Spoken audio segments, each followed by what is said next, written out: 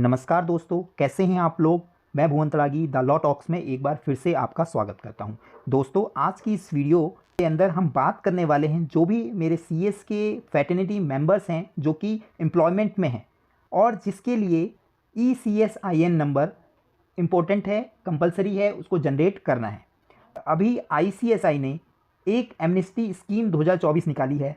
पहले भी ICSI इस तरह की एमनेस्टी स्कीम लेके आया है, तो एक बार फिर से ICSI कहता है कि अपना जो ECSIN नंबर जनरेट अगर आपने नहीं किया है तो कर लीजिए।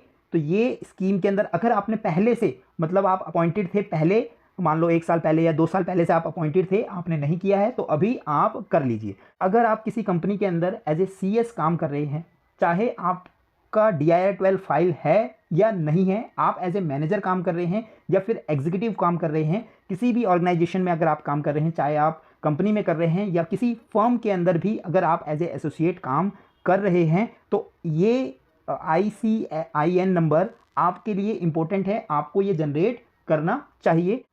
उसके अलावा दूसरा कहता है revoke ECSIN number if employment already ceased. अगर आप किसी कंपनी में कंपनी सेक्रेटरी थे या फिर मैनेजर थे, वट एवर द पोस्ट, अगर आप वहाँ से सीज हो गए हैं, आपने रिज़ाइन कर दिया है, तो अपना ECSIN नंबर वहाँ से रिवोक कर लीजिए। इन्फॉर्मेशन अपडेट आपको करनी है अपनी information in the ECSIN number जो भी आपने जनरेट किया है। फॉर एग्जांपल, अब जिस कंपनी में आप थे उसमें कोई इन्फॉर्मेशन ऐसी थी जो आपको अपडेट अप करनी है तो आप कर सकते हैं, जो आपने नहीं की हुई। Rectify ECSIN detail record at the time of generation of appointment.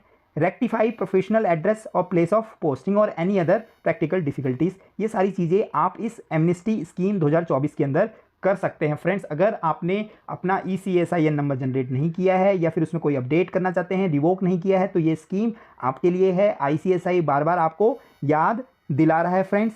और इंस्टीट्यूट कहता है member applying under ICSI ECSIN amnesty scheme 2024 shall be granted immunity from the applicability of provision of ICSI ECSIN guidelines 2019 in respect of ECSIN for which request under amnesty scheme has been made and disciplinary proceeding shall not be initiated or entertained in that respect। अगर आप इस scheme के अंदर अपना जो भी rectify है या फिर जनरेट नहीं किया है वो कर लेते हैं तो आप पर कोई भी डिसिप्लिनरी एक्शन या प्रोसीडिंग्स नहीं इनिशिएट की जाएगी। और ये स्कीम जो है ओनली फॉर एक्टिव ECSIN के लिए है, कोई फीस इसमें नहीं ली जाएगी और 1 टाइम लिमिटेड पीरियड अपॉर्चुनिटी ये दी गई है फ्रेंड्स। और कब से ये स्टार्ट हो रही है? स्कीम ओपन्स 4 अप्रैल 2024 और कब तक रहेगी? 18 अप्रैल 2024 तक ये रहेगी फ्रेंड्स। और फ्रेंड्स, कौन से ECSIN नंबर इसमें कवर होंगे? ऑल ECSIN नंबर जनरेटेड और on before generated till April 18 2024, मतलब 18 अप्रैल से पहले जो भी जनरेटेड हैं ICSIN नंबर, तो उन सब पर ये स्कीम लागू रहेगी फ्रेंड्स।